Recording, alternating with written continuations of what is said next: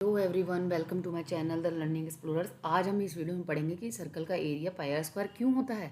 हमने भी last video में पढ़ा था कि सर्कल का एरिया पाई आर स्क्वायर होता है, पर ये होता क्यों है, कैसे ड्राइव हुआ है, इस वीडियो में हम वो जानेंगे।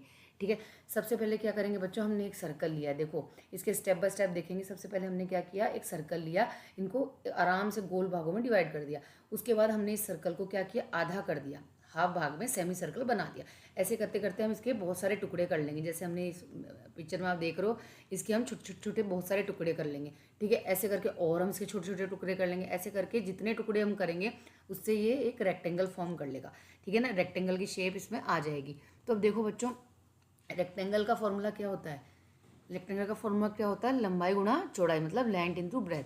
ठीक है, पर देखो यहाँ बच्चों, ये जो देख रहे हो आप, ये रेक्टेंगल जब फॉर्म हुआ है, बहुत सारे सर्कल्स को टुकड़ा करते हैं हम, तो एक रेक्टेंगल फॉर्म हो जाता है। जैसे यहाँ पर भी आप पिक्चर देख रहे हो कि हमने एक सर्कल को बहुत सारे भागों में बांट दिया, मतलब हमने बहुत सारे इसके पार्ट्स कट कर लिए, और जैसे जैसे कट करते गए तो हम ये एक रेक्टेंगल के फॉर्म में आ गया। ठीक है ना, ये एक रेक्टेंगल के फॉर्म में आ गया। अब देखो, रेक्टेंगल का फॉर्मूला हमें पता होता है, लेंथ इनटू ब्रेथ होता है। क्या होता है, लेंथ इनटू ब्रेथ होता है। ठीक है, तो अब देखो ये जो रेक्टेंगल बना है, इसकी लेंथ क्या होगी, सरकमफेरेंस, हाफ ऑफ सरकमफेरेंस। देखो बच्चों, ये जो सरकमफेरेंस आप दिख रही है ना आपको, इसकी जो लेंथ होगी ना, ये लेंथ, ये नीचे वाली लेंथ, ये होगी हाफ ऑफ सरकमफेरेंस। आधी सरकमफेरेंस नीचे होगी, आधी सरकमफेरेंस इसकी ऊपर लेंथ होगी।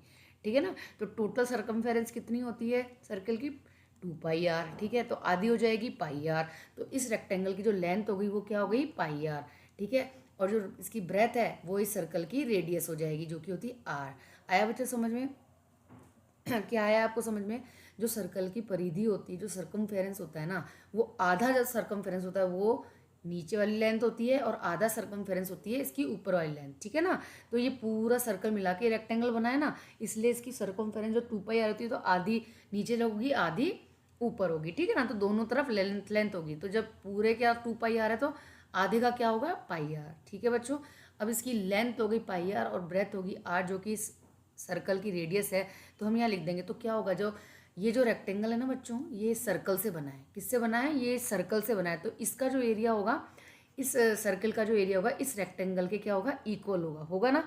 तो हम लिख देंगे एरिया ऑफ सर्कल, हम लिख देंगे एरिया, हम लिखेंगे एरिया ऑफ सर्कल जो है वो किसके इक्वल है, area of circle is equal to area of rectangle. अब हमें पता है एरिया ऑफ सर्कल क्या होता है, पाई आर स्क्वायर, और एरिया ऑफ रेक्टेंगल होता है लेंथ इनटू ब्रेथ। अब देखो बच्चों, एरिया और पाई आर स्क्वायर क्या होता है, एरिया होता है सर्कल का। अब देखो इस पिक्चर में लेंथ क्या है, पाई आर, तो हमने क्या, इस एल की जगह क्या रख देंगे, पाई आर, और ब्रेथ की जगह में रख देंगे आर। तो पाई आर इंटू आर हो जाता है पाई आर स्क्वायर। ठीक है ना बच्चों, तो ये क्या हो गई, सेम एरिया ऑफ सर्कल। आया बच्चों समझ में? ये जो एरिया ऑफ सर्कल होता है वो एरिया ऑफ रेक्टेंगल के बराबर होता है। जब हम इसको सॉल्व करेंगे तो इसकी लेंथ और ब्रेथ की वैल्यू पुट कर देंगे।